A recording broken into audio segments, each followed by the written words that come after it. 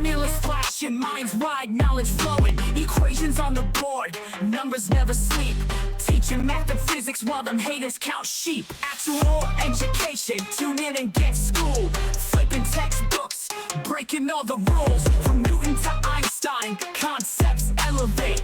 Keep the stream, it's the key to our fate. Dr. Gold dropping gems, knowledge raining down. Actual education making scholars all around. Perpendicular minds, angles sharp as ice. Maths and physics, yeah, the future's real nice.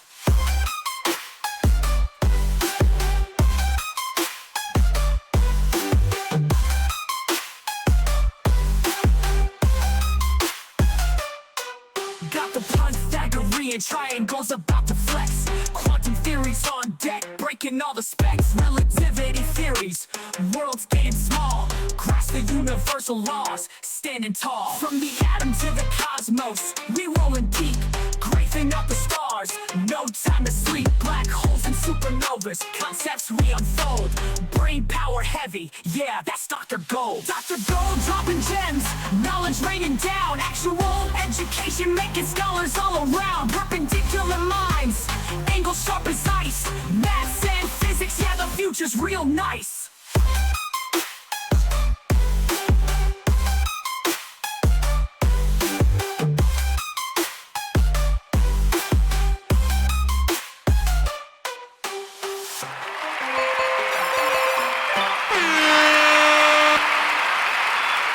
There we go. Oh, man. Sorry, I'm 10 minutes late. My PC was not behaving today. I've just had a lot of electronics breaking today. It's actually been pretty shitty. Surprise, motherfucker! Frustrated. I was like, not now, PC.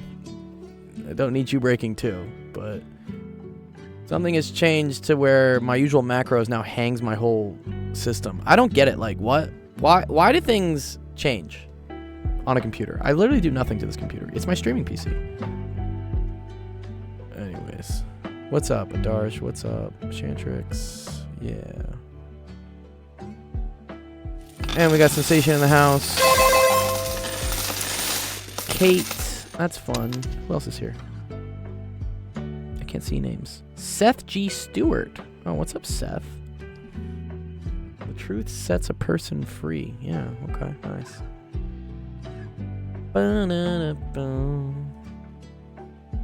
Okay. Nice. Good questions today. Lots of fun stuff we're gonna go over. Ooh, Shantrix, you gave me shapes. What else? What's in the news? I don't know. Trump's breaking something every single fucking day, I guess. Whatever.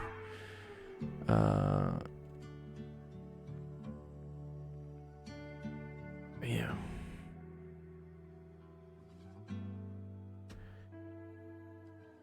Yeah, you're fine. Yeah, let's go. Yeah, Ace, I've usually worked with you at the very end of a stream, so let me work with you first.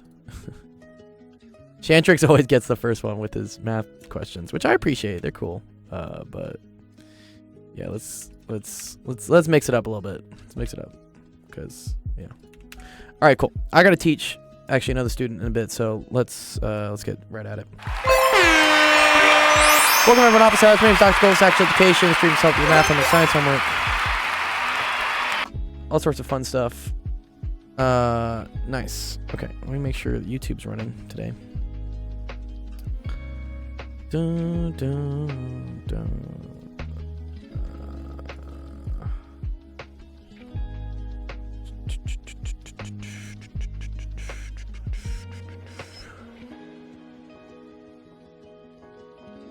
What's her stats looking like so far? Nice, Laz. Rock out. Yeah, 15 stream streak. That's cool, dude. Sick. That's dope. Okay. Toss. Toss. Toast? Toast? Toss? Toss. Toast? Toss? Toss. Alright. Let's do this one for Ace. I think everything's streaming correctly. YouTube will figure it out eventually. Okay. Determine the exact equation for a quartic function with a root at x equals -4, a point of inflection root at x equals -1, and a y-intercept of 8. Okay. Well, Quartic tells us that it needs to be at least degree 4, right? So in my y is equal to a, and then it's like x minus roots and whatever the fuck. I need my exponents to at least add up to, well, they have to add up exactly to 4. So I could have like x minus 3 to the 4th. That would work. Or this x minus 2. Cool. Yeah. I just saw your DM too about your prize. I'll get you your prize later today or tomorrow. Sorry, I've been busy. I'm still trying to like unpack. I have so much shit in my room / living room. Okay. So if there's a root at x equals -4, it's always x minus the root. So this is gonna be x plus 4. That's at least 1. And then they say a point of inflection root. That's interesting. They say point of inflection. So point of inflection in calculus terms is when a function goes from being concave up to concave down, or concave down to concave up. And it's usually, it looks something like this. This is what we consider like the point of inflection. Oh no, you're not disturbing me. You're totally fine, Adarsh. Yeah, it's fine. Just I'll get to the DMs. Don't worry. If I'm not answering them right now, it's because I'm streaming.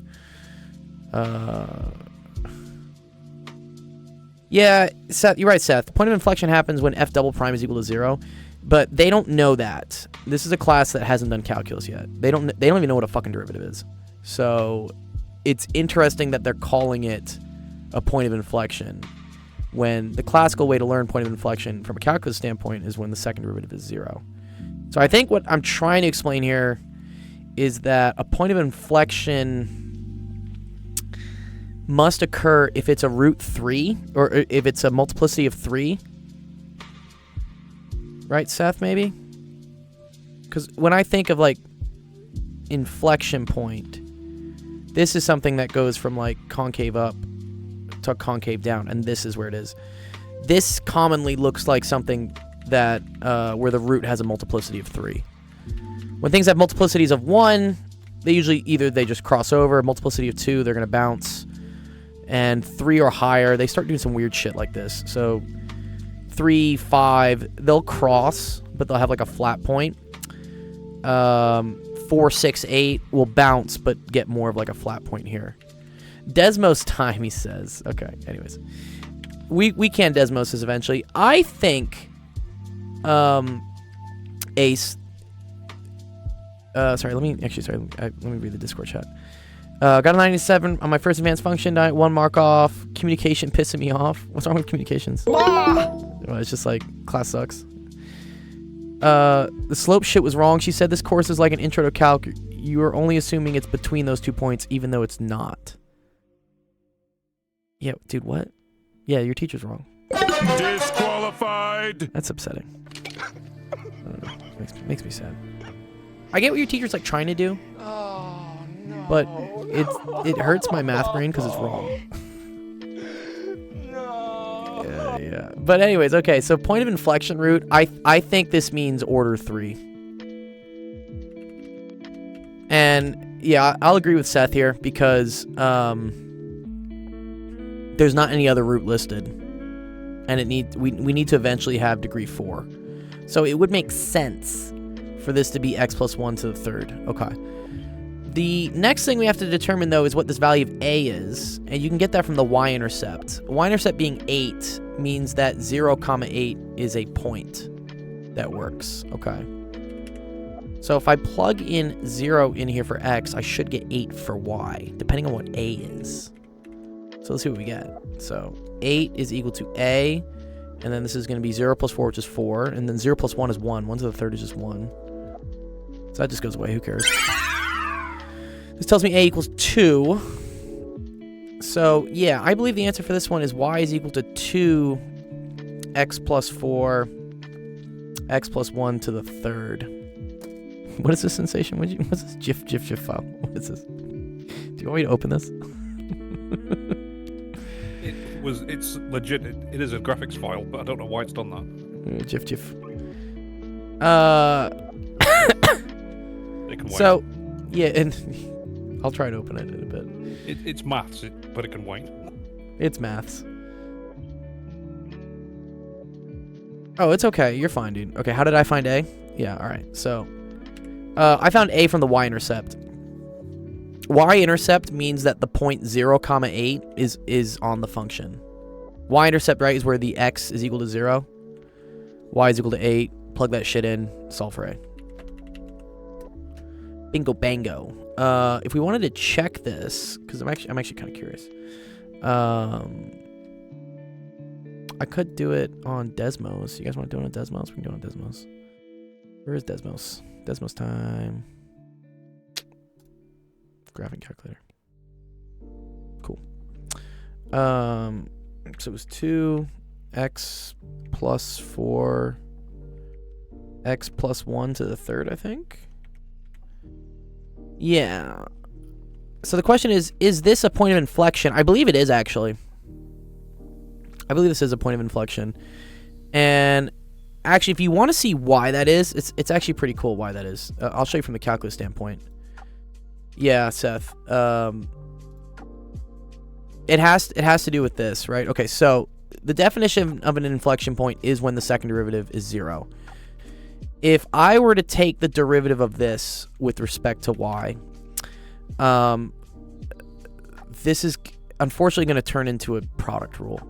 So it's 2. So here we can say y prime is equal to 2, and then it's times, we're going to do some shit in here.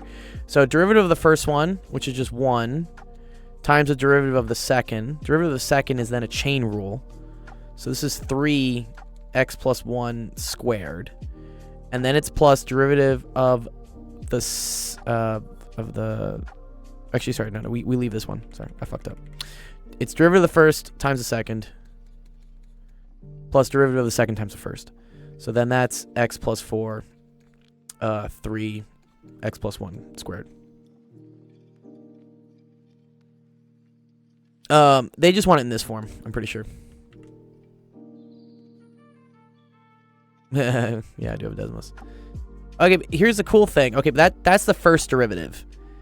Then if you want to take the second derivative, this gets a little bit trickier.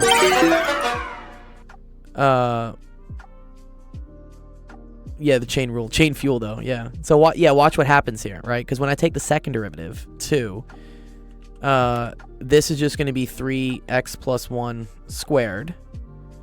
Plus, and then this is going to be derivative of the first. So, we just get 3x plus 1 squared. Plus the derivative of the second. So, then that's 2. That's 6. X plus 1. X plus 4. Yeah, so here's the cool thing. Is that plugging in -1 will always kill off one of these factors. So that's why I think whenever you have a root that's to the third power, it will always survive getting down to the second derivative, which means you'll get 0 if you plug it in as well. So it's an x-intercept, but because it's to the third power, taking 2 derivatives will ensure that it's also in every single term for the second derivative. Yeah. Okay, so Ace, yeah, for the common knowledge here, anytime they say inflection point, this is just multiplicity 3. Actually, I think it's multiplicity 3 or higher.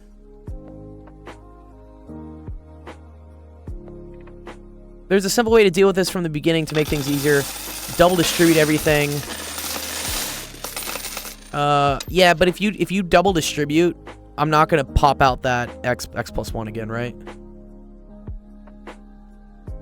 Multiplicity 3 or more odd. Thank you. Yeah, or higher, but odd. Yes, correct. Interesting. Wait, why doesn't it pop out if it's even?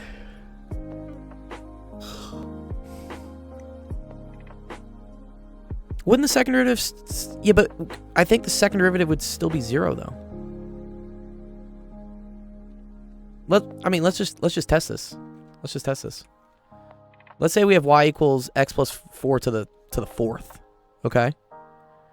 The first derivative of that would be 4x plus 4 to the 3rd. Right? y double prime is 12 x plus 4 squared. Technically, the second derivative is 0. I think it's still an inflection point. It's weird. Yeah, no, I don't think it has to be odd. I think it just has to be order 3 or higher. I think because what's happening there is your concavity is going from concave up to like not fucking concave up, and then it's going back to concave up. X to the 4th is concave up the entire time. Correct, but does that mean there's an inflection point, Endar, at x equals 0? Because the second derivative is technically 0? No? I thought that was the definition of an inflection point. Oh, yeah, I mean, I know what x to the 4th looks like on a graph. I know it's just a big U. It's just one of these. Because concavity does not change. Okay, cool. See?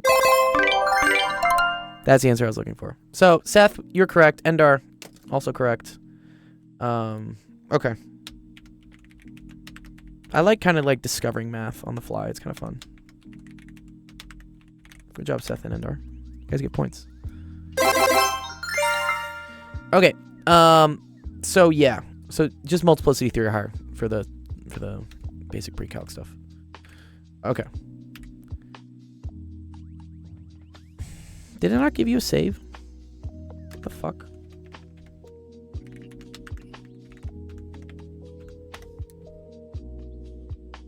There you go. You got your save. Good job. There we go. Yeah. They may do something in the end, honestly. So, Pen Center, shout out Pen Center. He uses them on his streams at the end of the year to do like giveaways.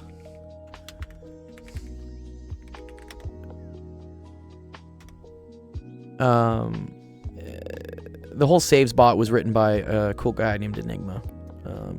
He's one of our friends in the streaming community. And there's actually a big scoreboard for it. I think you can look up the scoreboard for everyone across every single channel. I think if you do, is it commands? One sec. Yeah, here we go. It's this, and if we click this, there we go. Here's the total saves that everyone's has in different channels. So Jeff has the most in my channel. But then we have Pen Center, Eric, Don, Danny, Zach. And then this was the quiz counter. This was cool. We were doing quizzes over the summer. I had Enigma write this custom bot for me. So yeah, if you want to check it out, it's real. We may do something with it towards the end of the year. But anyways, all right, let's keep going. Determine the possible equation for a function that is degree 3 starting in quadrant 3 and ending in quadrant 1 and goes through the points. Wow, that's a lot of... These are cool questions, Ace. I've never seen teachers ask these. Okay. If it starts in quadrant 3 and goes to quadrant 1, what does that tell me, by the way, Ace? What new information do I get there from that? What do you think?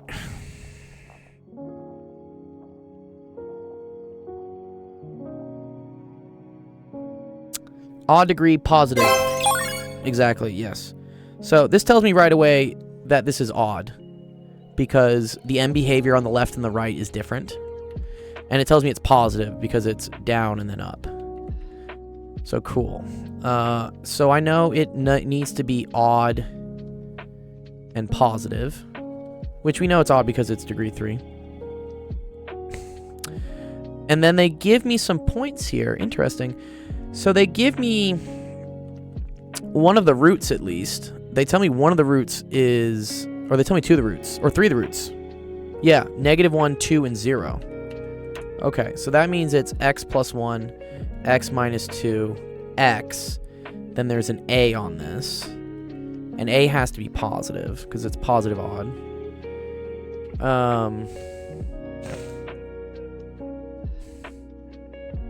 Oh, a can just be whatever. Good, yes, Seth, exactly. Yeah. This can be whatever. They would really need that. I need a y-intercept to really determine what this is. Roots don't tell you anything else. Yeah. There is a, technically. I mean, a has to be greater than or equal to 0. Or greater than 0, sorry. Firstly, two things, he says.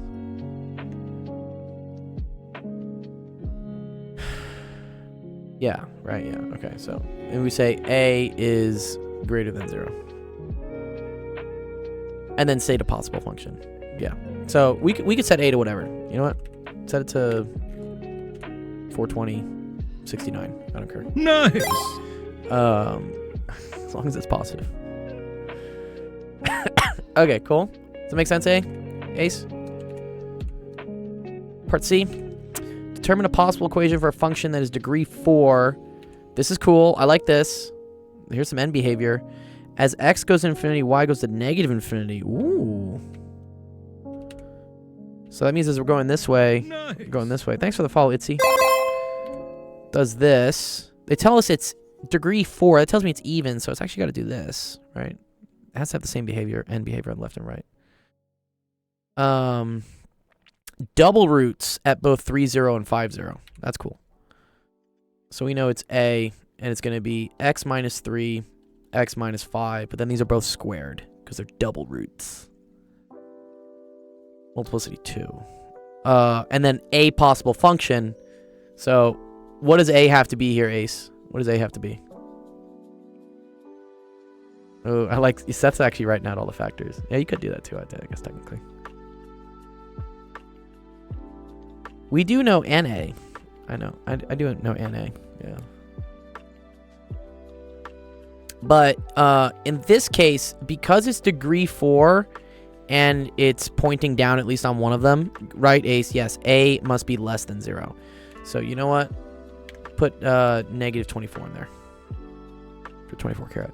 Cool. All right, nice. Good job, Ace. That's how you do it.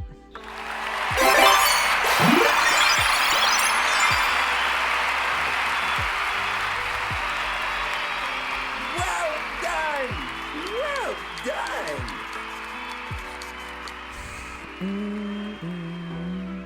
Oh, there he is. Where is this? Mom. Yep. Did you see Tom was actually posting, our boy Tom, Mr. Clements, was posting on Instagram today. So he is alive. I'm happy about that. I'll have to see. I haven't seen him in I just find Discord it in a funny. while. I find it funny how he's what is he, 18, 19 now? And Yep. it's his first whiteout. What is a whiteout? Is that like where it's Where you snowy? where you smoke too much ganj. Oh, it's like and you blacking just out on stick weed. everywhere. Oh, was that what he said in that voice note? Sorry, Whitey. We call it a whitey. why do you guys call it whiting out? That's weird. Why'd you call it whiting out? Because you go I white. I would call it greening out, but like they call it whiting out. You go It's pale. You probably- mean you go pale? Is what you're saying? Yeah. To be fair, this is probably an old holdover from when there was no such thing as weed. It was all cannabis resin. Yes. Yeah, I could see if you're And- smoking some other stuff, you're probably gonna turn white. I don't know anyone who's Like- turned white from smoking weed. Well, resin was always full of horrible crap, For sure. which is why it was Yeah. so cheap. Yeah, don't do it, kids. What's up? I'm practicing for my ASVAB, and this shit is hard. Yeah, ASVAB. Wait, that's the military one, isn't that the ASVAB? Is that the U.S. military one? Hey, go away. More What's up? army people. I think it's ASVAB. Yeah, Armed Services Vocational Aptitude Battery. Yeah, cool, man. ASVAB. That's cool. What branch are you trying to go into? I was working out. Army's obviously got to be a grunt, you can tell. Yeah, maybe. I did leg day today with my friend who's a Marine. Or was a Marine. Train with a Marine, that's never a good sign. Yeah, dude, he was kind of like yelling at me like a drill sergeant. I was saying, like, I'm tired. He's like, I can make it tougher. I'm like, no. Don't do it to me, man. We're not in Afghanistan. We're going to do 2 kilometers today, you horrible little bastard. Air Force. Oh, cool, man. Sick. I'm trying to learn 2 variable equations. So, it's Hypershots. If you want to, you can join our Discord. That's an easy way for you to submit a screenshot of a question for us to go over. Or because I get like joining Discord and stuff is like laborious. They did. Oh, they did? Oh, thanks. Oh, I'm dumb. Sorry. Then yeah, you just post a screenshot. Well, that's Regan. Is Regan the same as Hypershots? I don't think so. No, it's Hypershots. It's Hypershots. It's Oh, okay. Well, it's Hypershots. So there's a channel here. Damn it, that's the Sensation channel. why? Okay. There's this channel. I'll show it. There you go. That's the Discord. Yes, Seth also likes to help, but we can help you on the stream. I mean, that's the whole point of the stream. But there's a channel here called Help Screenshots, in which I will help you out with whatever you post in here. It's kind of like first. Oh, the link is messed up. That's something wrong with you. But how? What? He's on there though. No, mine works. Yeah, mine just launched. Seth is on there. Yeah, mine just launched. Still link messed up. Link worked for me. Oh, it didn't work on mobile? I don't know. Well, Good. this link also works. The one down here. So you can click that one. I have a space missing somewhere. You know what? I think it's the HTTPS versus HTTP. Yeah, yeah. Yeah, I don't have the SSL enabled on that one. Okay, I'll enable the SSL. Okay. All right. Let me see. I want to do this question next because Shantrix says, but also I want to give some time to students who have never asked something before. Regan, do you want me to, let me help Regan's out real quick because I don't think yours is too difficult. Regan, yeah. He says hi. And then because just give me a heads up, Shantrix. How difficult is this one? So I know like how to pace myself on this.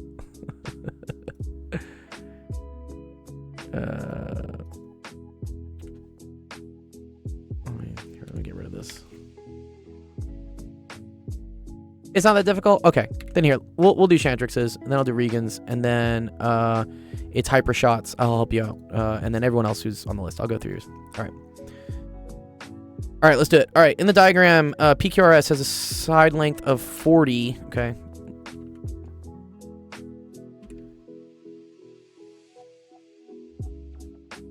Everything falls into place. We love that. Okay, this length is 40. Okay, cool. JQ. Dude, is this the one? I think I know this one. Is this where you start making more triangles? I think you do. MP is 10. Okay. Line segments are drawn. Jay-Z. Dude, what's Jay-Z doing, dog?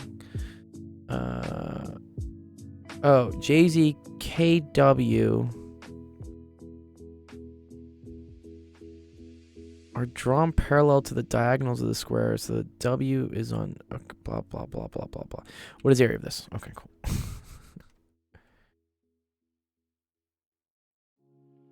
PJ.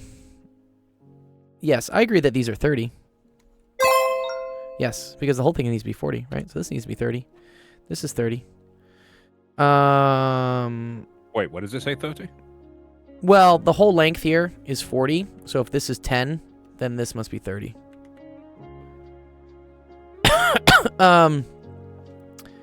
I do believe we're supposed to like make more line segments. That's usually what it is. It's like draw more fucking triangles.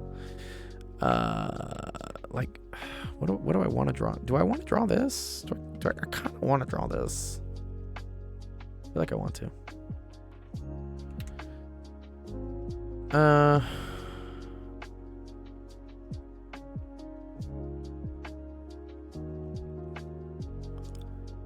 No, not quite. Read the statements again. W is on JZ. X is on KW.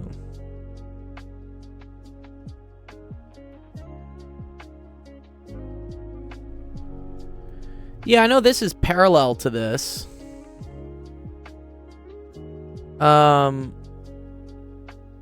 So we know these are 90, right?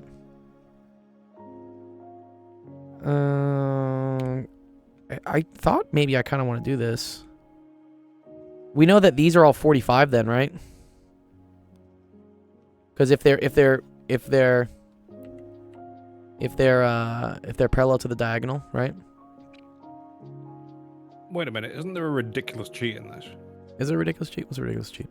Right, if you know the perimeter of the rectangle, yeah, just draw through the middle. Oh, okay. Yeah, maybe this does help. Yeah, because this is 40. This is 40. So this is square root of 40 squared. Square root of 320. What is that? I need to remember my things. It's 1 square root of 2, right? Yeah. So it's square root of 80. Okay. This is the square root of 80. What's up, Hikaru? What's up? Long time no see, dog. Big dog.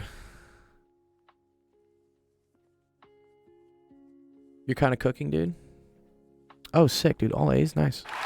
My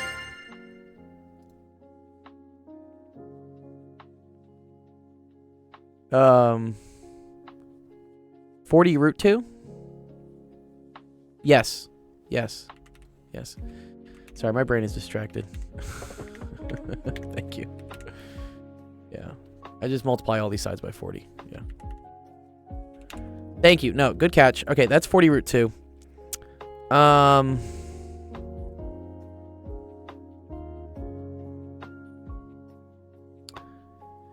Is this then a third of it?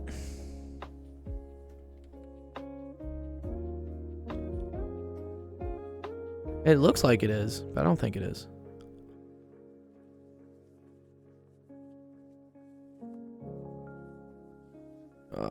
This is hurting my brain. From where I'm sat, it looks like it intersects it perfectly, to be honest. I know, it does. But yeah, we can't say that. Yeah, I can't say it. You can't... This is the problem with these geometry questions. You can't exactly say that. There's something with the 30 and the 10.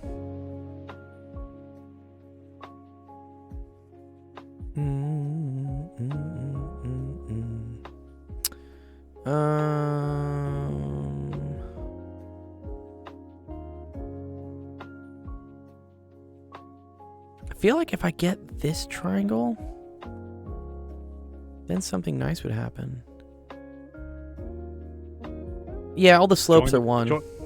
Join up MJ. MJ. MJ. You want to do this? You want to connect these? Because then you still got all the numbers, don't you?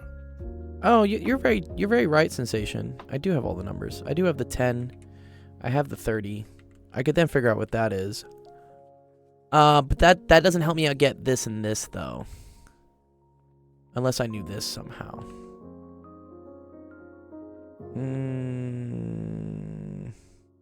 Maybe I don't want this one. Let me get rid of this.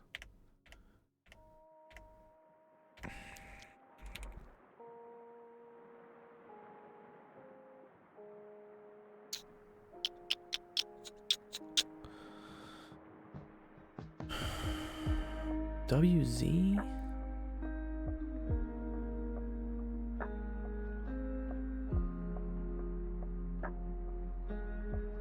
Oh,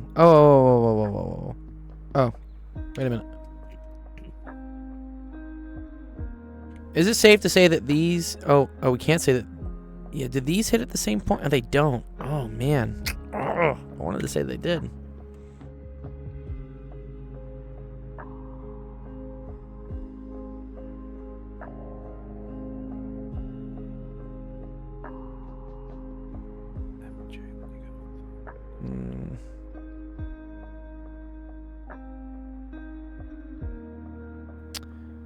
We could say transversal and start triggering things. Yeah, because this is parallel to this. I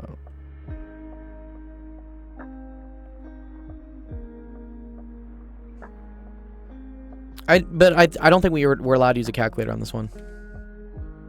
Well, you tell me, Shantrix. Am I allowed to use a calculator on this?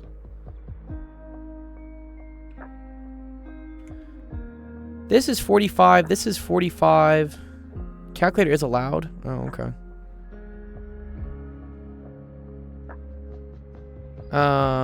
And then I know this is half, so that's 20 root 2.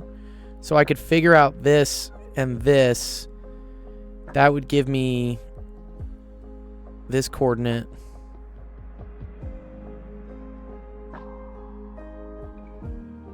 Well, no, it wouldn't. Sorry. I could figure out that. That would give me the distance here, but it wouldn't give me this. Oh no! Fuck. Ah! I see. Yeah. It is like you're just one off. It's just the next and the next and the next.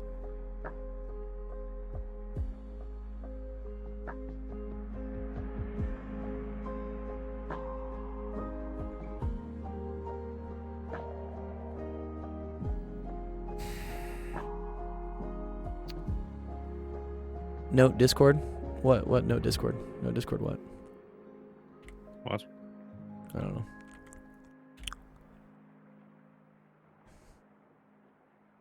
I don't know, as stupid as this sounds, if you take the square in the middle and just reorient it so it's parallel with the rest of the bigger square.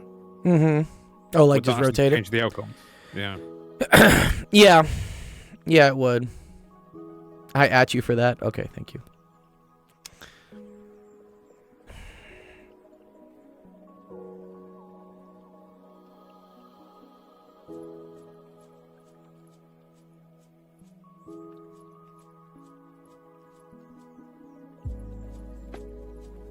Yeah, because JW would shrink, wouldn't it? Mm-hmm. No, but then MZ would grow, so it would still be proportionate. Funny thing? What's the funny thing, Stuart? What's the funny thing? 1 over 5s. 1 over 5s? Maybe 1 over... Where's the 1 over 5s coming from?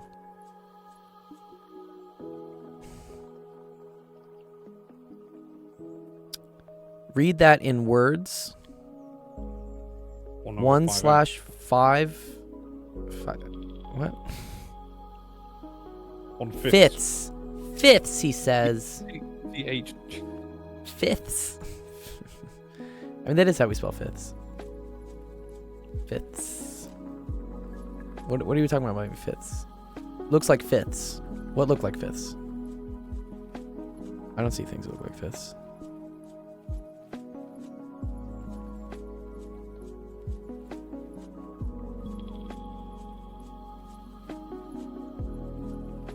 Oh, motherfucker. Oh, I think I see what he's saying.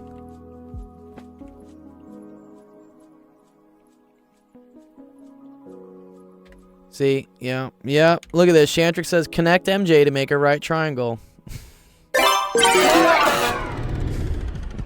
Dude, fuck these problems for when they give you this and then it's like, oh, but you have to make more shapes.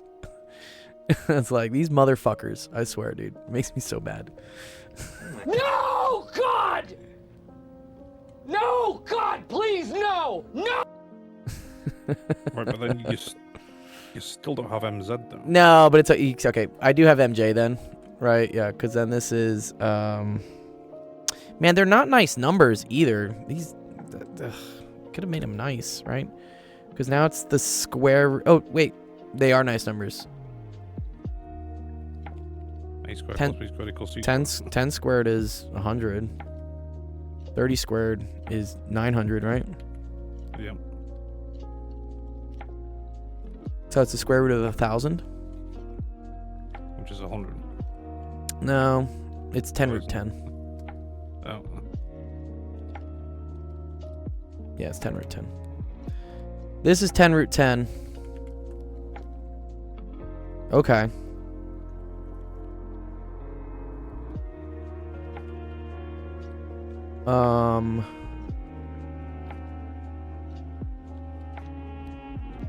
What does that tell me though?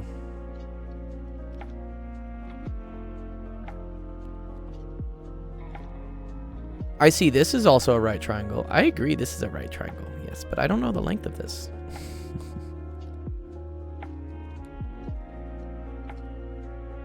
Yes, I agree MJZ is a right triangle. But do I know this angle?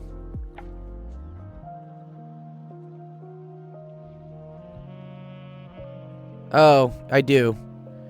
This is 45 degrees, right? Because it's parallel.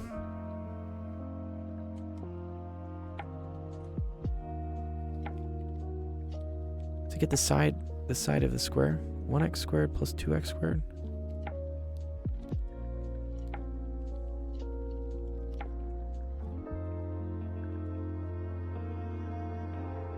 Because MZ...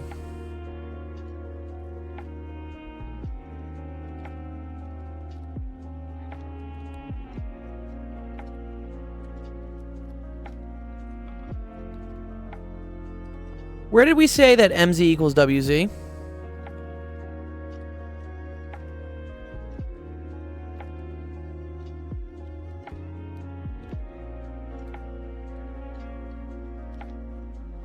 Yeah, I don't think we said this was equal to this.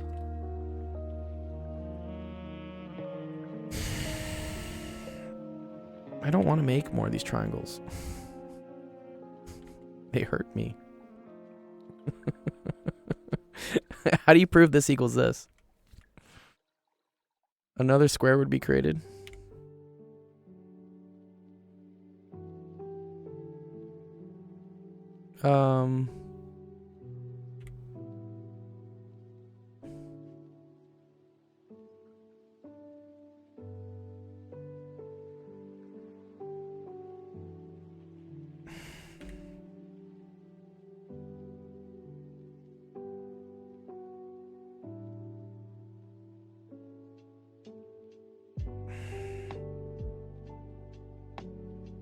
I agree this is 90.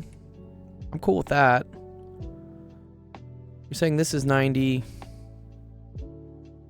But then how do you assume that these two meet here and it's 90?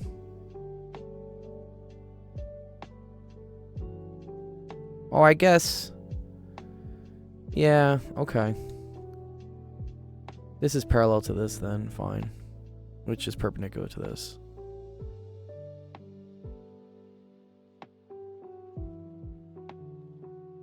Okay, whatever. And then what? We're gonna assume that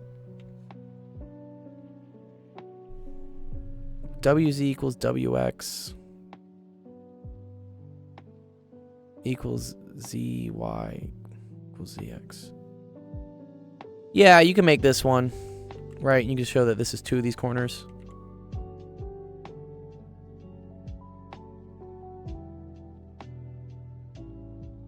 Okay, fine. Yeah, then that's 1x squared plus 2x squared equals that. Okay, so x squared plus 4x squared equals 1,000. 5x squared equals 1,000. X squared equals 200. I don't really care about that, so answer 200. Yeah.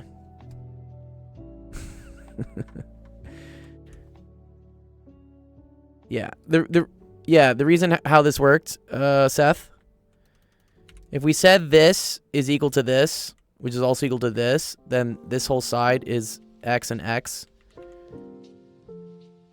which is 2x, right? So Seth, this is 2x. This is x. Oh, support the jump? I think, well, am I allowed to say this is equal to this? Because I can just draw another pretty square. Right? I agree it's shaky. When I looked at it, I was like, eh. Can I say this is... that these are the same? But I guess so.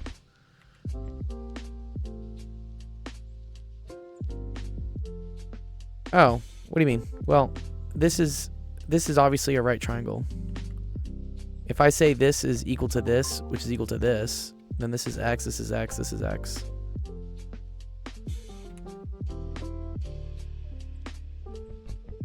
3x squared equals 10 root 10? No. It's x squared plus 2x squared, because this length is 2 x's. So when you square it, you get x squared plus 4x squared. So that's 5x squared. Yeah, sorry, I did skip steps. Sorry, I was frustrated with this. Anyways, okay, cool. Yes, good. Good job. Yep.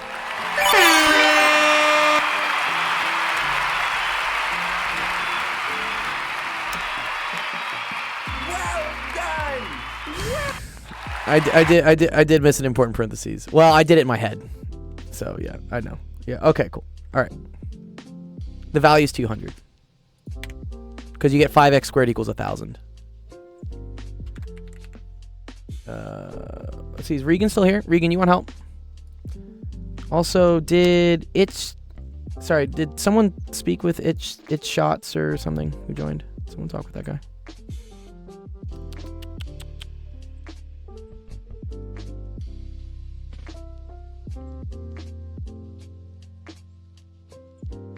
Oh, is it a 5th? Yeah, I don't know. Okay, cool. All right, let's help Regan out. Yeah, cool. Okay, here we go. Was that value 1/5 of the total? No. Because x would be the square root of 200, which is not a 5th of 50 or 40 or whatever. Okay. Doesn't look like it. Well, they can't have his questions instead, can I? Well, they'll come back. All right, let's see. Regan was asking, what is f of 3? Oh, this is cool. These are called step functions. So, yeah, how step functions work. Actually, this is is this a floor? I think this is a floor function. This is, in computer science, we call this a floor, by the way. Okay, what a floor means is that, for instance, if I had the value, or let's say here, let's say my x value was like 1.5, the y value of that is just 1. And even if it was like 1.9, let's say it was over here for x, the y value is still just 1. Until we instantly get to 2, and then it jumps up to being 2. Yeah, it's a big piecewise function. In computer science, this is called a floor because it'll take whatever the number is with decimals and just move it to the lower integer. If you just want to like know like where this comes from, this is like round down. If you wanted it to be round up, it would look, I guess, something like this, maybe. Yeah.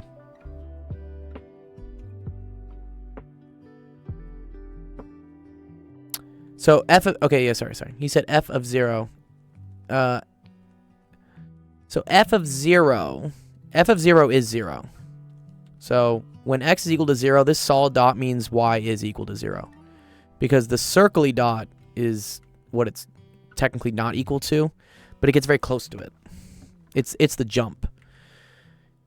If you wanted to write this as limits, I guess, right? This is actually pretty cool. You would say the limit as x approaches 0 from the left, that's equal to -1. Because as you come towards x equals 0 from the left, you're actually approaching y equals -1. But if you approach it from the right, you're looking at 0. Exactly. Okay, cool. So, so f of 3 right here, right, doesn't actually equal 2. It jumps up to the next one. This is equal to 3.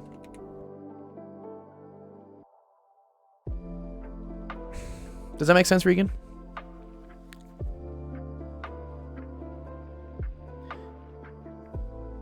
Yeah. Okay, so then what would f of 2.9 be?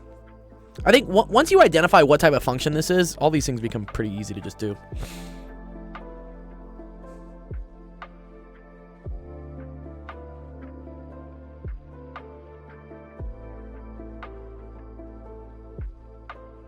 What's up, Reki? Yes, Reki, I will get to you, yeah. It is 2. Yes. Yes. Nice. Okay. Cool. F of 1 is equal to 1. You get the point here, right? This is equal to 0. This gets a little weird, right? Negative 1.1. It's like technically over here. This rounds down to negative 2, actually.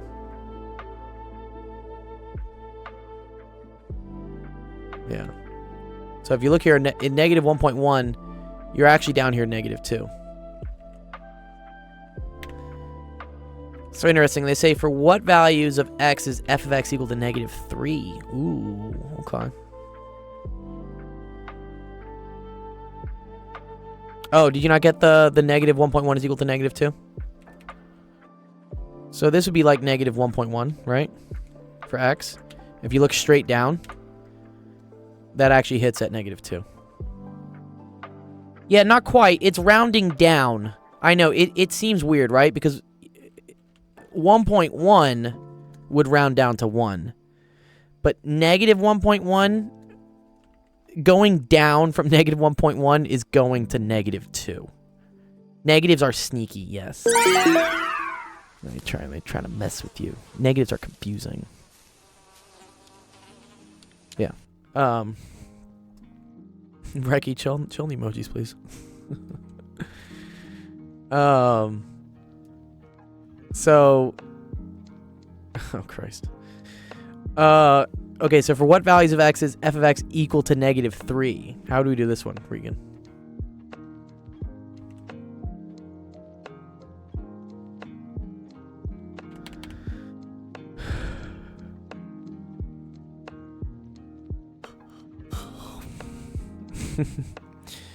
Yes, Sensation will take care of the emoji spam.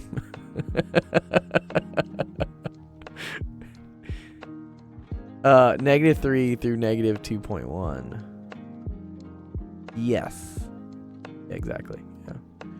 Well, so how you actually say that, you're correct, negative 2.1, but you would really say it like this. You would say negative 3, because it can be equal to negative 3, but it can't be equal to negative 2. This would be the correct way to really say it.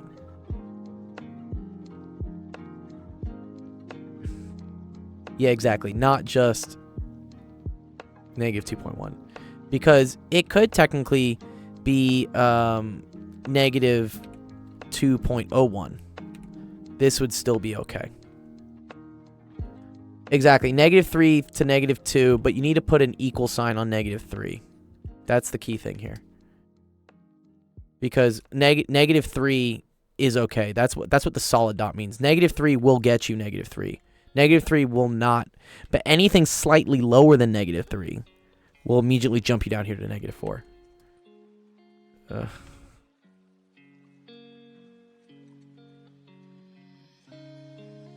Now he says he's done. Okay. All right, does that make sense, Regan? Yes, 0.000001. It can go on forever.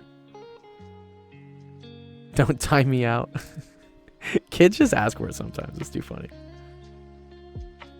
Oh, man.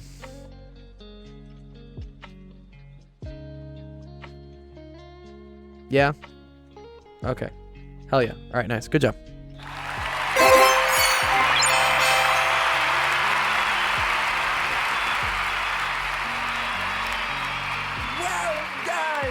Well done! 10 pound coins. Nice. You get a prize if I haven't bought you a prize yet already. Somebody was asking about What's up? something. Oh shit. Oh, is the fucking YouTube actually running now? No, Somebody it's still asked a not question about prizes before. I can't remember what it was. Something about Minecraft gift cards, was it? running. Oh, yeah, no. Adar, I talked with Adar. She was DMing me. I'm going to get him a Nintendo game for his friend or something.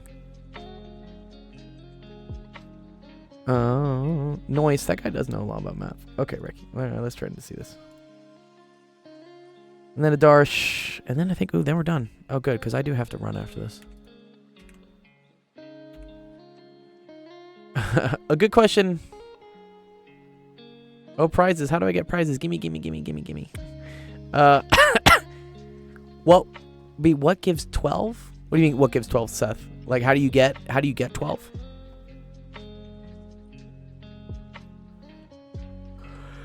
Famished, you are the hardest math problem. It's not about difficulty. It's about participation. It's about perseverance and participation. Correct. Yeah.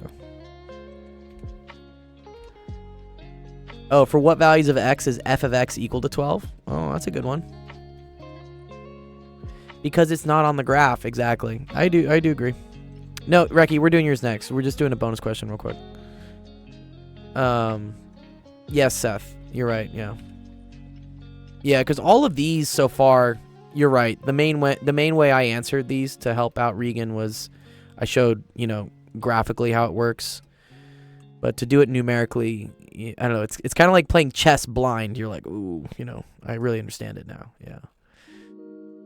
But well, yeah, I don't think Regan's here anymore.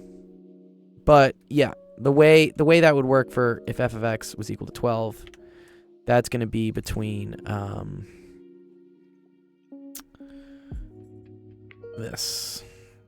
So it can be equal to 12 and slightly less than 13. Yes, Reki, you're next. We're doing yours right now. Okay, here we go. All right, here we go.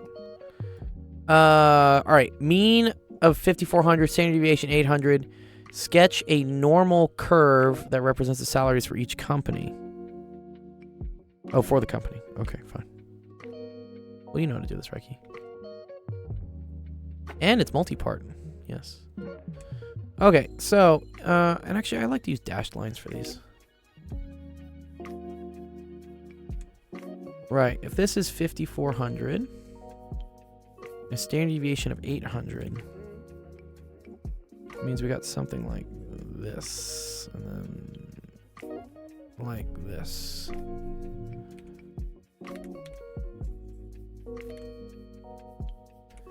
It's always kind of cool to like put what one standard deviation above. So 800 above 5,400 would be 6,200, and 800 below would be 4,600. And we can say that this is 1 sigma. Kids love the word sigma. Okay. Sketch a curve to show the effects of Proposal 1. Each employee receives a raise of $270 per month. Oh, okay. So, yeah. If you raise the salaries of everybody, you don't change the standard deviation, but you do change the mean. So what happens is, because again, you're not changing the variation between people because everyone got the same amount of money boost. So all that happens is this curve just moves to the left a little bit, and now your new mean would be at 5670. But you would still have the next one being 6470. Yeah. 800 up. Yeah. Did I say something? Sorry. Yeah, shift to the right. That's what I meant. Sorry. I said something else. Yeah. So that's what giving everyone a pay boost does. It just shifts the curve. It doesn't change the shape. Yeah. Oh, what's up, Phobos? What were you doing in your stream today, Phobos? Phobos does like fun little code roastings. Were you roasting someone's code today? I've seen you do it before. I'm scared to get on GitHub. I feel like people would start like publicly shaming me for my code. Pass me the graphs. Stats, please. It's like, money, please. Yeah. Nice. Yeah, Phobos is a cool friend of ours. Coding extraordinaire. Do you have anything else, Phobos, you want to say to everyone else in the math party right now?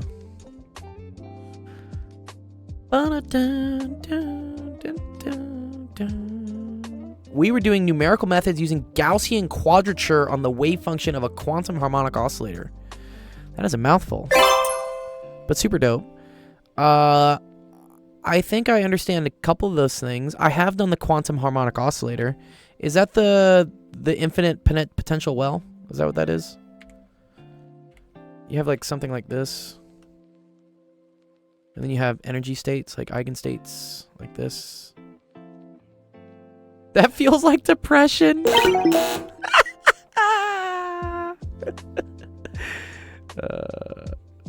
I remember doing these questions in quantum mechanics. I have to remember what Gaussian quadrature is, but yes, and you have various.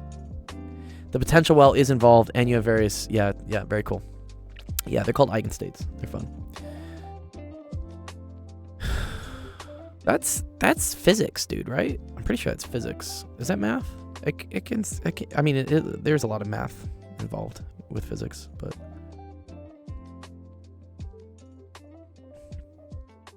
oh, is it like Riemann summing, but kind of? Yeah. Okay. Everyone receives a 5% raise on the original salary. Ooh. Well, now everybody's raise is different, right? Now, if you make more money, you're going to receive a bigger raise. And if you make less money, you're going to receive a less of a raise. Ah, it's a Riemann sum on steroids, see? Yeah. So I believe what happens if you have a 5% raise is I believe things start to skew. I believe you'd have a skewed like distribution or something. Yeah, but what's the 5%? Which way does it skew?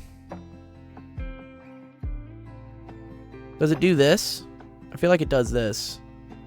Kind of, right? I gotta think about that. The mean is definitely gonna increase a little bit, but I think the tail extends a little bit further out. I mean, this is exaggerating. It skews to the left. What's this skewed right?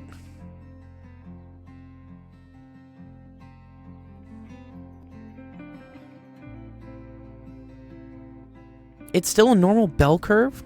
Really? What's up, AFG?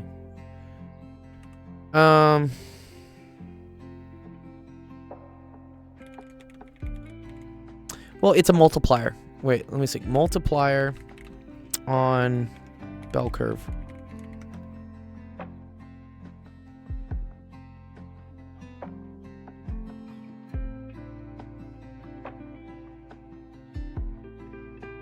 Yeah, so I don't. Yeah, actually, I don't think. Yeah, you're right. It doesn't shift the. It doesn't change the shape. Yeah, sorry. It will move it, but it's also going to keep the same shape, and the variance is going to go up. Yeah. Yeah, that's cool. That's a good way to think about it. Well, yeah, z-score is kind of a way. Z-score is kind of like a multiplier. What you're doing is you're just shifting everything to the origin and then normalizing to sigma.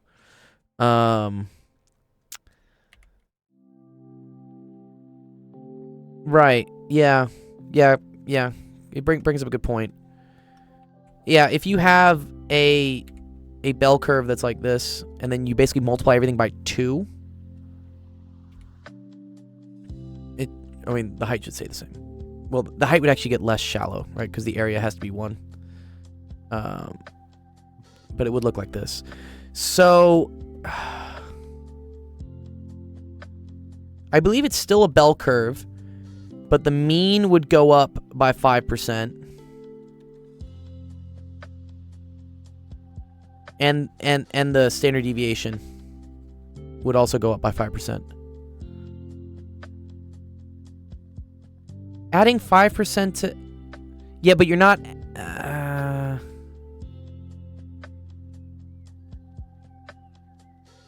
It doesn't affect the standard deviation. Really? I feel like it does affect the standard deviation.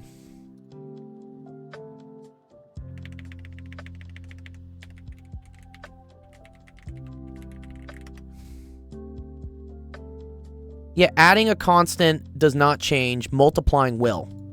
Yes.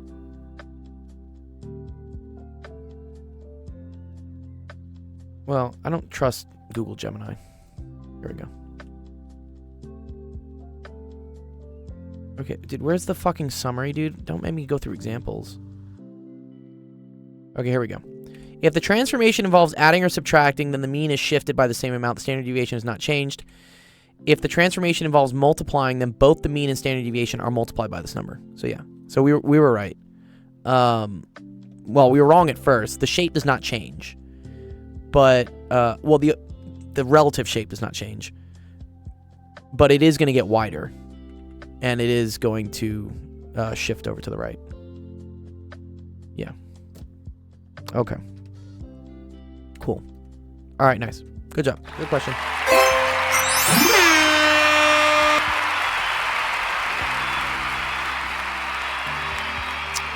What is this? This is Darsh. No, this was Reki.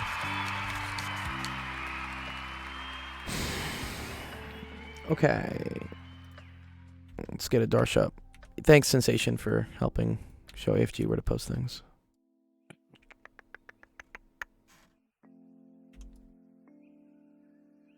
Yeah, exactly. It comes out of the square root. Yeah, if you really wanted to look at it, the equation for standard deviation, I think it's sum x minus x bar squared. Go away. And it's this over n, or n minus 1, it depends. So if you multiply each of these by 1.05, I guess a 1.05 squared comes out. Oh, but this is sigma squared. Aha.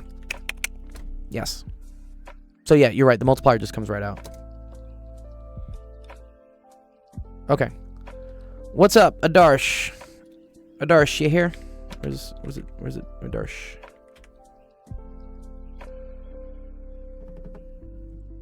Okay, cool. Let's do it. Okay. So this has a couple things going on it. Do you know what the parent function is for this? Parent function is, what does this look like without all the weird shit on it? Like, what's the simplest form of this, you know?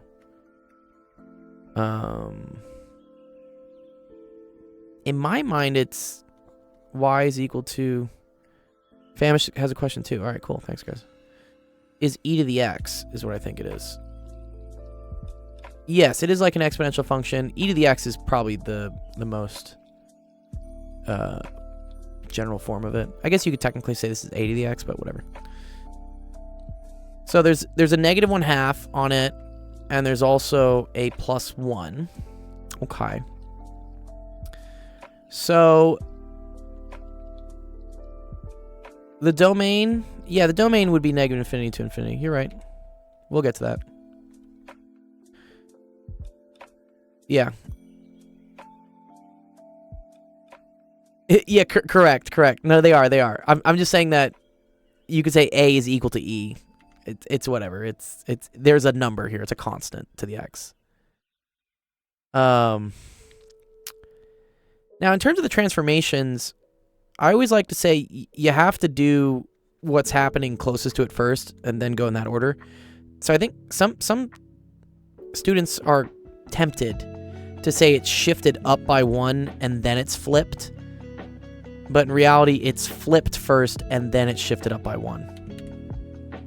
Yes, E is a special number. E is equal to 2.314 something. I don't know. Yeah, and I'm trying to remember actually why E is important. I know it's like E folding lengths and like exponential decays and stuff. E equals 2. That's dope. It's 2.718. Oh, thank you. I was like 314.718. It's kind of close. Yeah, 2.718. Where's Zach when you need him, dude? Either the 2iPi. Where's our boy? E equals 3.14. Nice troll. Yeah.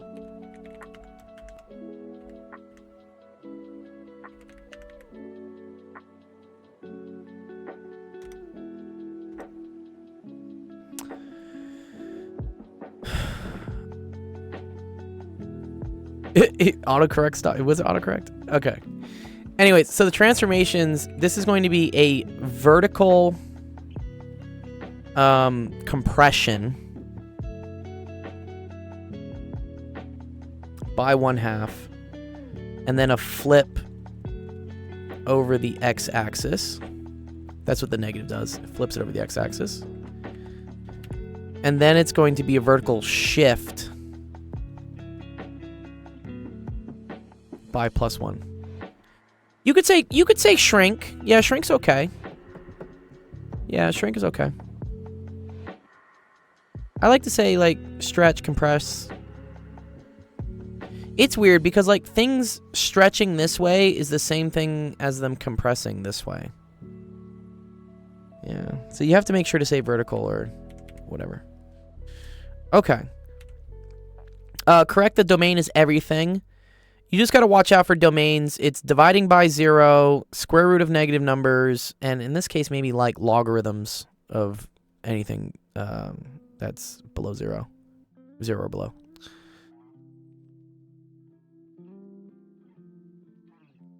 Oh, I started with translations. Okay, what's the range?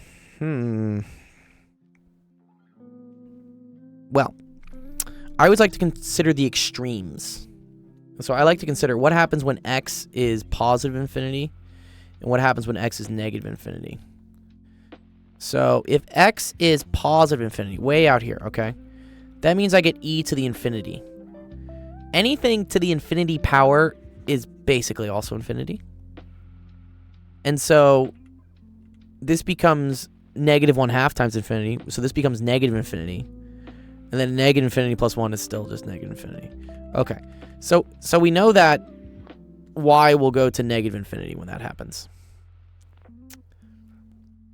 I know e to the x hates negative y.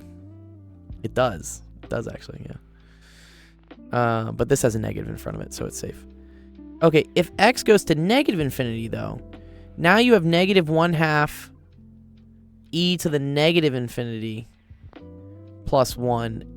Whenever you have negative exponents, you can treat this as 1 over the positive exponent. So, and 1 over... So remember, e to the infinity is just infinity. 1 over infinity is 0. So this tops out at 1 as well. So I think Adarsh is actually correct. Aduki's correct. I think it is from negative infinity to 1. It does not like 1, though. Oh, you're right. It can't actually hit 1, can it? Yes, okay. He is right. So it's negative infinity. And then you have to make sure these are both parentheses. Yeah. E to the x can't ever actually hit 0. It'll get close. Right, AFG? You agree with me? Yeah, okay, cool. Yeah. So just make sure you put the parentheses here. Okay. So, I mean, it probably looks something like... I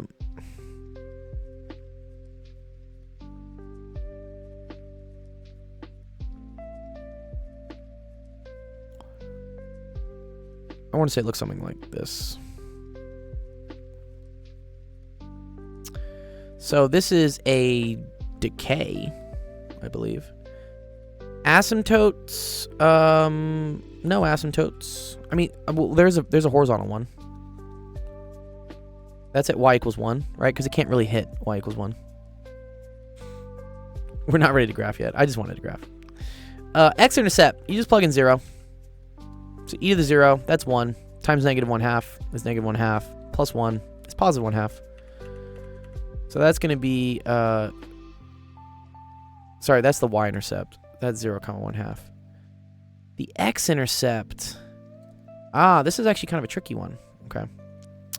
I need 0 to equal -1/2 e to the x plus 1. Okay. Sheesh. Okay. I can move the -1 over and then multiply everything by 2. Or -2. So I get 2 is equal to e to the x. So I just moved this over to make this -1. And then I multiplied 2 on both sides. -2 on both sides. So I got this. Yeah, the negatives canceling. Very happy. Good job. Exactly. Yep. Yeah. Okay. And then to solve for e to the x, this is where your teacher was talking about the natural base thing. Yeah. You want to take the ln of both sides. ln is the same thing as log base e, and log base e of e to the x, these cancel. And that just gets you x. So ln of e to the x, that's the same thing as x. So you get x equal to ln of 2.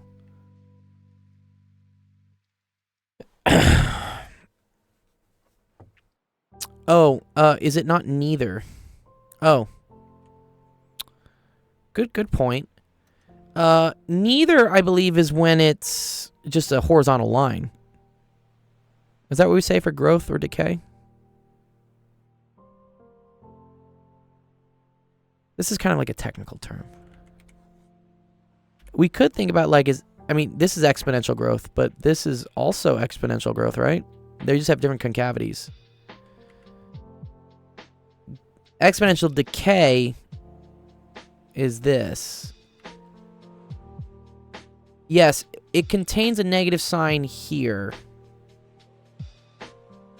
So that's why I think it's decay. It's interesting because the amount of negativity is increasing, is growing. I believe it's, I still believe it's a decay. Because you have a positive number going down. That to me sounds like decay. I get 0.69. Nice. Yes, that is what you get for ln of 2.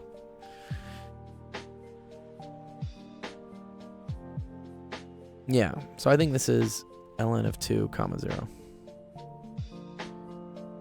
When you approach negative infinity x, what happens to y?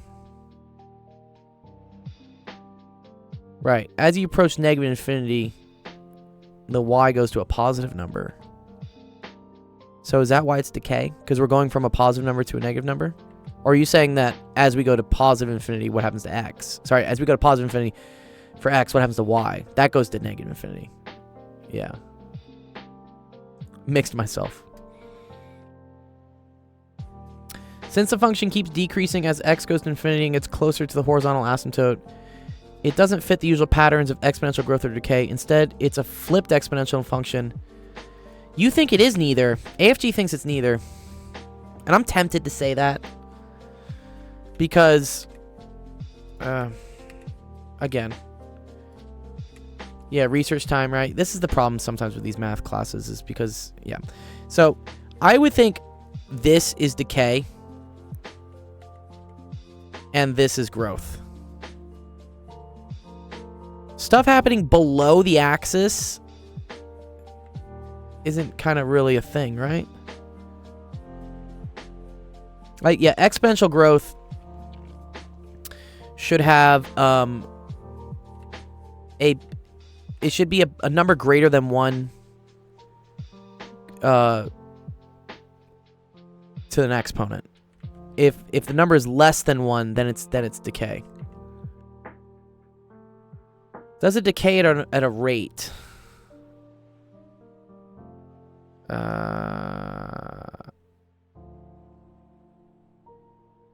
Yeah, right. It's like decaying backwards.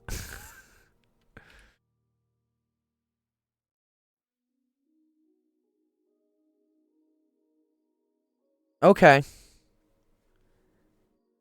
Is that how your teacher defines it, as growth, decay, or neither? You know, we can ask. We can ask ChatGPT. Let's have oh holy ChatGPT tell us what's up. And let's use O3 High Mini. Let's use the most expensive version of ChatGPT.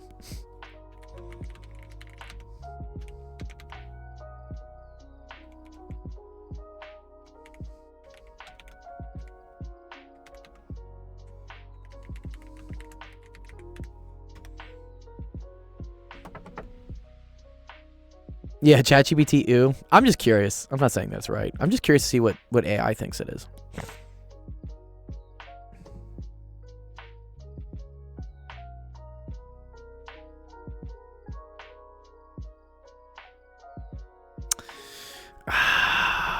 It says it's decay. Let me say, could it be neither?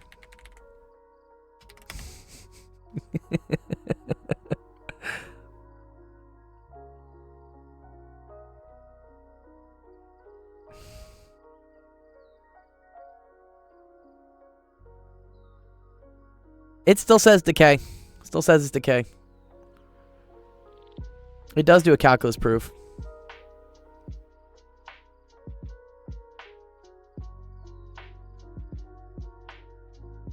Mm-hmm. Yeah, the derivative is negative. So the function is strictly decreasing.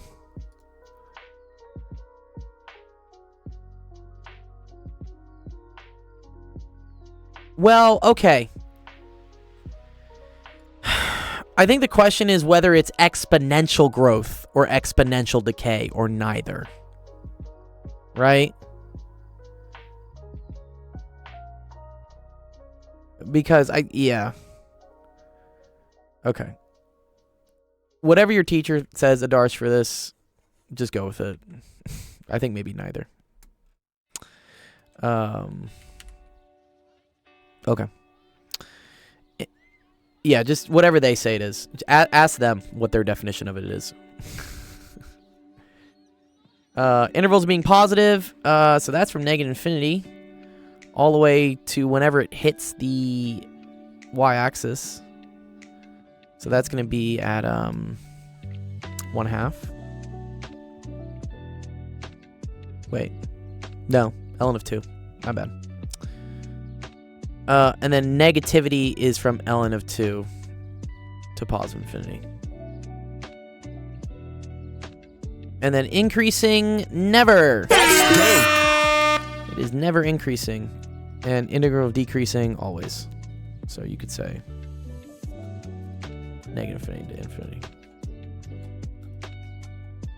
Yeah, share the key. Let's see, dude. I'm curious. Need to graph due to a y. I think I got it pretty correct though. Did I not?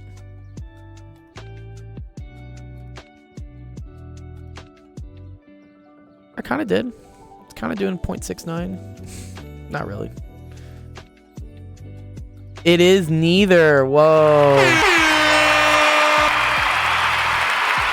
Math teacher has spoken, dude.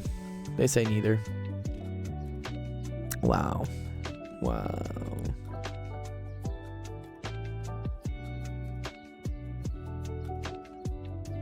Your teacher has, yeah. I don't know why they made this a point. It's kind of weird. But okay.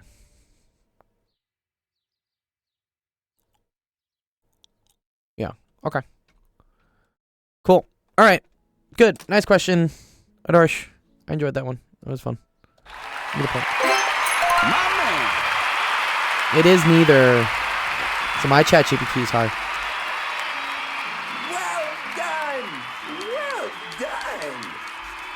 Ha ha ha ha ha ha. Okay, AFG, you're next, then famished. What are we doing for physics? You got a physics class coming up? Yeah? Okay, cool. Alright, let me pull it up.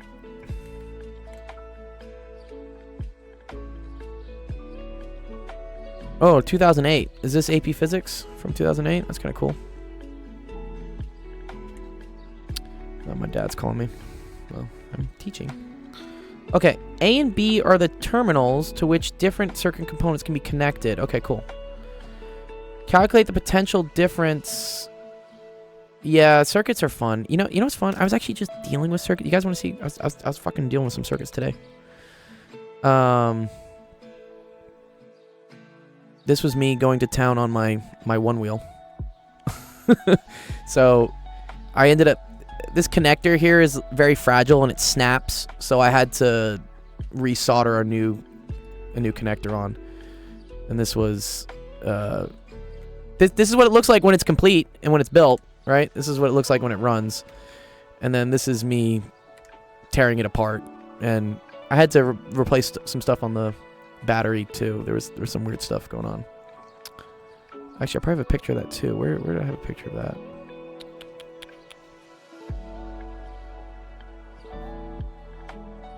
Yeah, this is it. Yeah, here we go.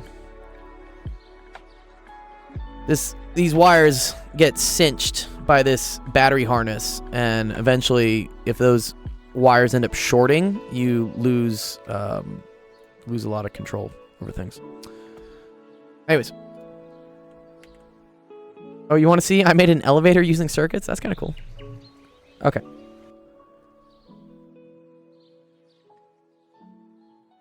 Oh, she says we need 2 points to get credit for the graph. Oh, okay. Cool. Where'd you put the picture? Oh, this is your picture? Ooh, okay. Let's check this out, dude. Oh, that's sick. Oh, okay. He says I made an elevator. Is that an erector set? That looks like a rector. That's old school.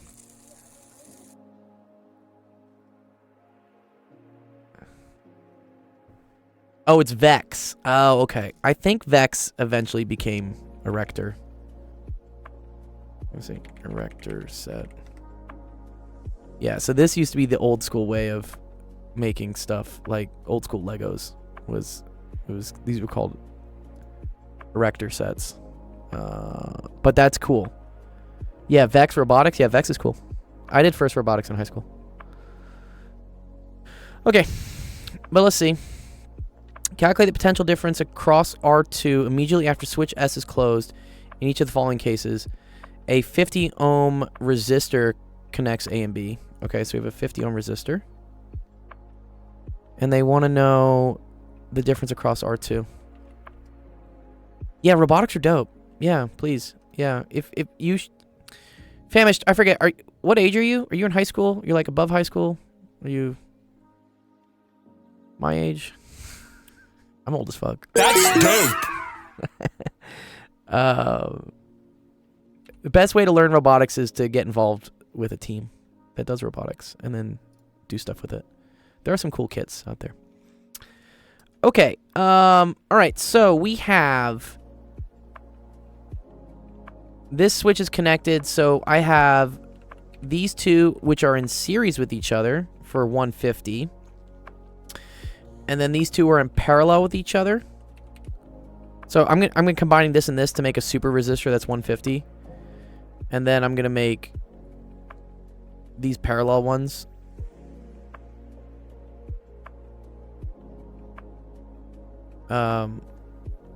into a single resistor as well. I'm above high school. I'm 22. That's cool. So you could still get involved. Math level is high school. You don't really need to know that much math for robotics. I mean it helps, but a lot of it is actually just like, can you weld? If you can weld, you're an instant asset to any sort of robotics team, and then you could learn a lot of the electronics along the way. But maybe see if there's a first robotics team around you that you could help out with. Even just being like a mentor to high school kids, just being like an adult in the room just does fucking wonders. Okay, but putting these in parallel, so that's 1 over 300 plus 1 over 150. 1 over 150 is the same thing as 2 over 300. And then we're going to invert that. So that's 3 over 300 inverted, so that's 300 over 3. So that's 100 ohms. So this, in parallel with this, is the same thing as a 300 ohm resistor. Why did I invert it? Okay, so the rule... if you have resistors that are in parallel with each other, I really should have drawn this better, is that 1 over R total is equal to 1 over R1 plus 1 over R2, which is the same thing as saying R total is equal to... No, you're okay. 1 over R1 plus 1 over R2 to the negative 1. Yeah, you get it. There's another shortcut to do this one. And I think... man, what is it? Is it... I want to say it's... I think it's R1 times R2 over R1 plus R2. Is that the shortcut?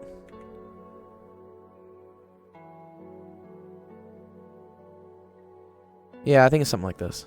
Yeah. Oh, 100 ohms. Yeah, sorry. Not 300. Thank you. Sorry, I was skipping ahead. Then you have the 200 and the 100 in series, and that gets you the 300 ohms equivalent. Okay. Okay, now you just have battery. whatever. Okay, so if you have a 300 ohm resistor with 1500 volts going across it,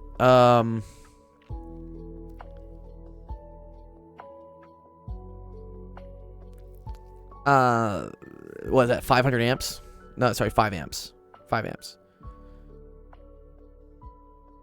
What about switch, sorry? Yeah, the switch here closes. So now, you have a total circuit with 5 amps going across it.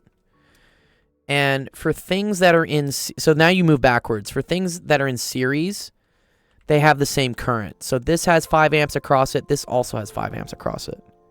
Okay? Which now means you can figure out the voltage across this, like, 100 ohm combined resistor we did for here.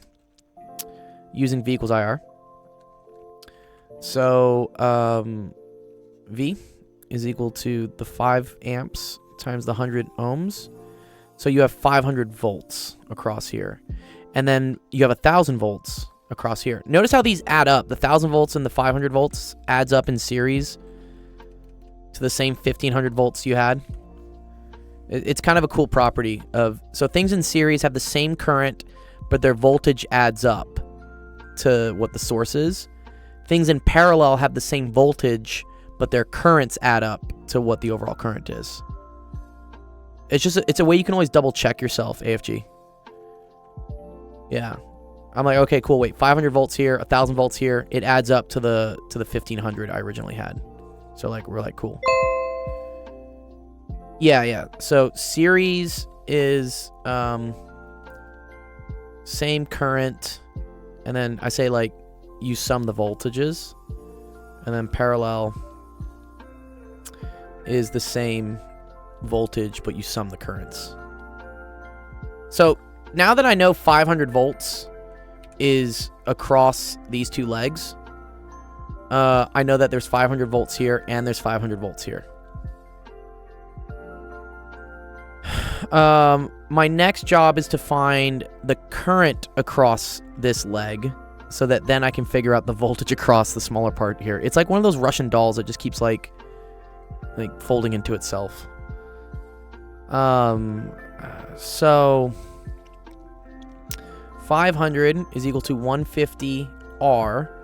So R here is equal to, is that 3 1/3? 450, yeah, 3.33. Oh, sorry, no, this is the current. Sorry, 150 times I. So I is equal to 3.33 amps. It's actually cool because if you did this, right, if you do the 500 equals 300 I, you would get that I is equal to 2.67 amps. And notice, right, that the 2.67 and the 3 here adds up to the 5 amps. Or, no, sorry, it's 1.67. Thank you. Yeah, I see those. Thanks. Yeah, I appreciate it, Seth. Yeah, sorry. So the 1.67 amps across here and the 3.33 amps across here adds up to the 5 amps total that was in this whole thing. Again, you can just double check. Oh, that's cool.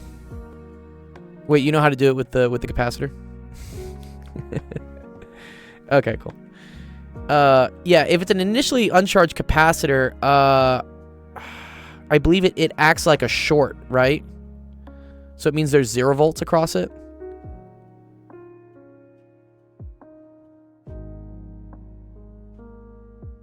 Yeah, and it switches for AC circuits. So in AC circuits,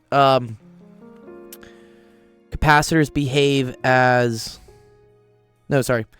In DC circuits, capacitors act as a... Yeah, as a short, and inductors act as an open circuit. Yeah. Okay. Alright, 3.33 amps. Now we do this times the 50. So now we know that there's 3.33 amps in this leg, and things in series have the same current. So now the voltage is equal to the 3.33 amps times the 50 ohms, which should just equal, what's that, like 167 volts? I think that's right. Yeah, I think so. Okay, cool. Yeah, I think it's 167 volts. Cool. That's kind of an interesting question. Wait, I wanted to look at this. Capacitor, inductor, AC, DC circuit, beginning, end. Well, you got a lot of time ahead of you. Yeah. Wow, there was some cool thing about they act differently at the beginning and the end. Inductors immediately resist any change to current, but eventually kind of give in. So they start off as open circuits and they become shorts. And then capacitors, I believe, act as shorts, and then once they become charged, now they become a closed circuit. Yeah. Okay. Cool. Yeah, I love circuits too. Yeah, nice. Good job on the question.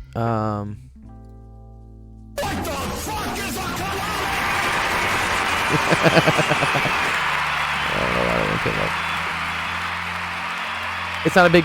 AC is not a big part of physics too? Yeah, I don't think so. Okay. Nice.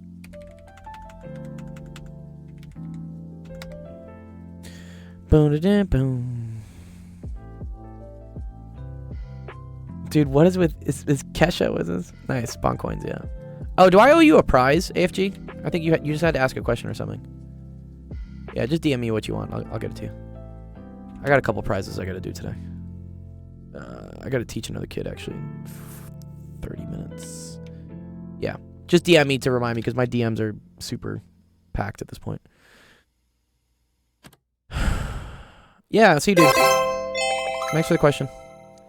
All right, Famish says, Kesha can walk downhill from her car to a campsite.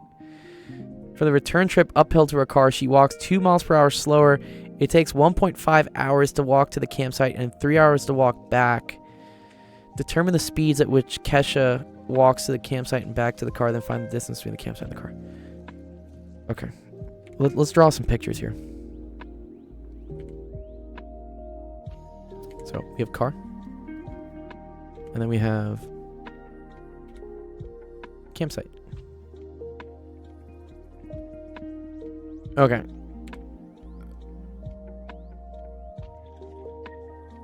Okay, so this takes her 3 hours. Oh, wait. No, it takes 1.5 hours to go this way. Yeah, I gotta draw the pictures. And then 3 hours to go back. And then her speed here is V. And then here, her speed is V minus 2. Right?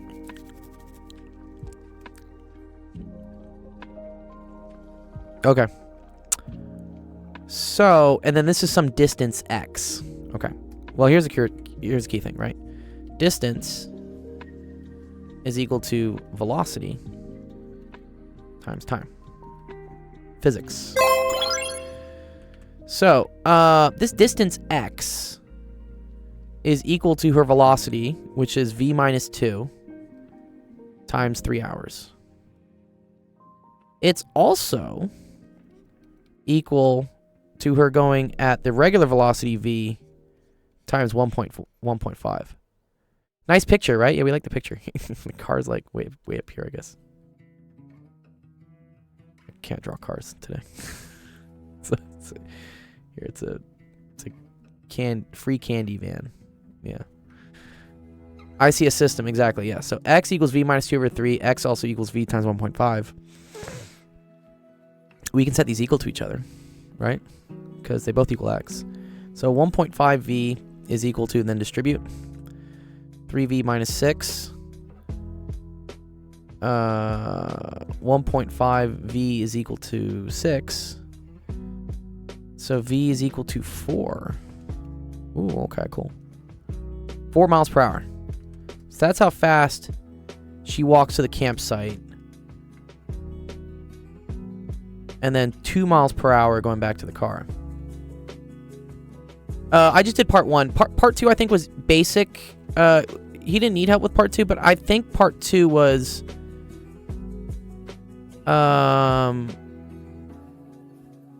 sorry, what were we counting? The potential difference? Oh, that actually fucking changes things. It doesn't it? The potential difference here would be 0, right? Wouldn't it be 0? It would be 0. Oh wait, yeah, wouldn't it be 0? Oh, did I fuck up somewhere? Sorry guys, sorry.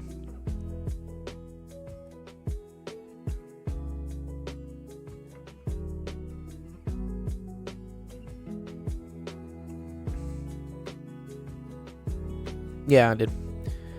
Wait, did I do this wrong, guys? I don't think I did. X equals oh, okay. Sorry. I moved this over here and I moved this over here. So 3 minus 1.5 is 1.5, and then it's 6, and then I swapped it. I did skip steps. Yeah, I'm in rush mode at this point. But I believe this is correct. Yeah, 1.5 minus 3 is negative 1.5, but then there's a negative 6. So then we just divide by it. Yeah, it goes away. Yes. So 4 miles per hour, 2 miles per hour. Distance, it's easy, right? I can just literally just plug it in. Distance is 6 miles. And then that makes sense because this is also 6 miles. So cool, 6 miles. So let's see if that makes sense, right? So at 2 miles per hour, traveling 6 miles would take 3 hours. But at 4 miles per hour, it would only take 1.5. And the difference between the speeds is 2. Cool. Bingo bango.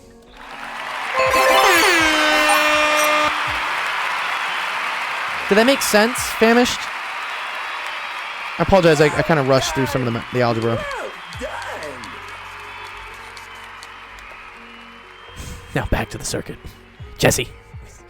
Well, here, I got, Equity's got a question.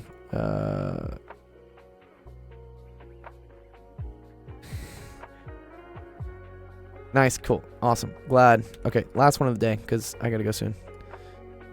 Yeah, for the circuit question here, I think the answer is 0.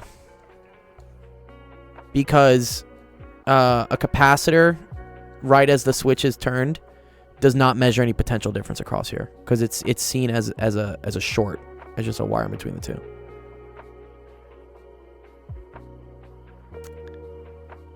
Okay, let's see. Equity, you around, Sir Bob?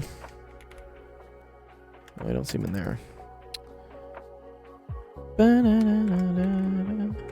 Oh, he's offline.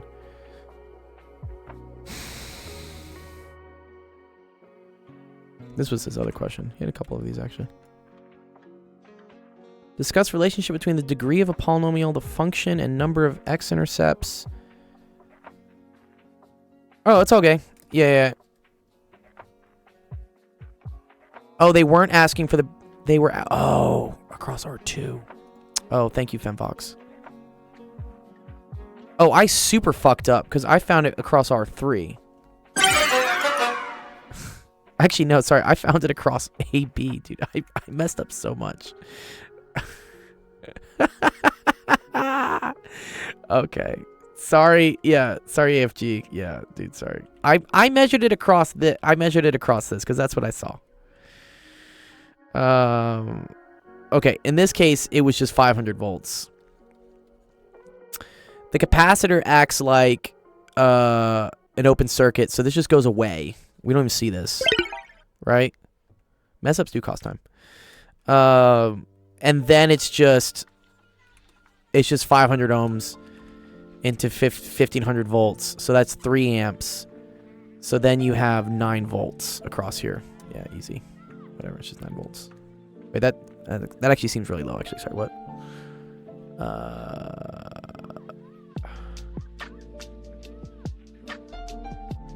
Yeah, 3 amps. Oh, sorry, 900 volts. That's what it is. I think Fembox, is that right? It's a good save there, Fembox, by the way. Thanks for hitting me with that.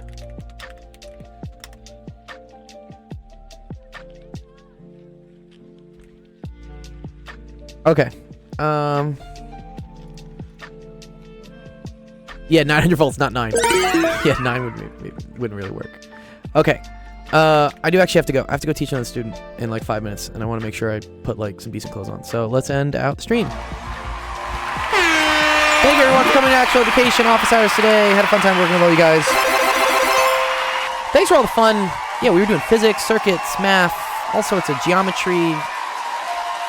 Appreciate all you guys bringing your own little flavors of knowledge, and I learned some stuff today.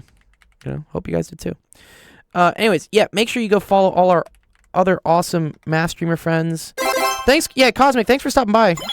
Hope you're doing well with everything. Always let us know if you got like any questions with school stuff. Love to help you out. You are in college. You know, college is difficult sometimes. We're always here to help you. Equity, I gotta go. Sorry, I just tagged you. You have all 100s? Hell yeah. Great. Love it. Okay.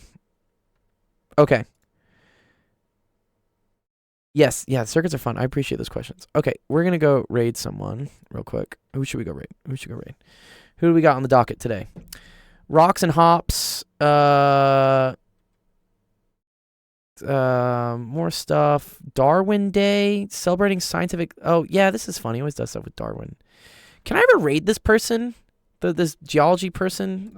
I've tried to raid before. You're unable to, dude. Why does this person not let me raid them? What? Okay. Anyways, fine. I want to raid their channel because they're also a scientist, and I think it's fun. Yes, I appreciate that, Seth. Seth, send me a DM, dude, if you want to have like a more official role in my Discord for that. That's pretty cool. Okay, whatever. Star Trek theme. Let's go say hi to Science, Ballant, and whatnot. I like Star Trek. Star Trek is cool. Okay, cool. All right, I gotta go teach. Have a wonderful rest of the week. Our next stream will be on Monday. That's at 3 p.m. Pacific, 5 p.m. Central, 6 p.m. Eastern. Friday is Valentine's Day, but we will have a very special AMA guest next Friday for you guys. So happy to see you guys. All right, cool. Peace out. The gnome break too. I'm having trouble, Ella, with OBS today.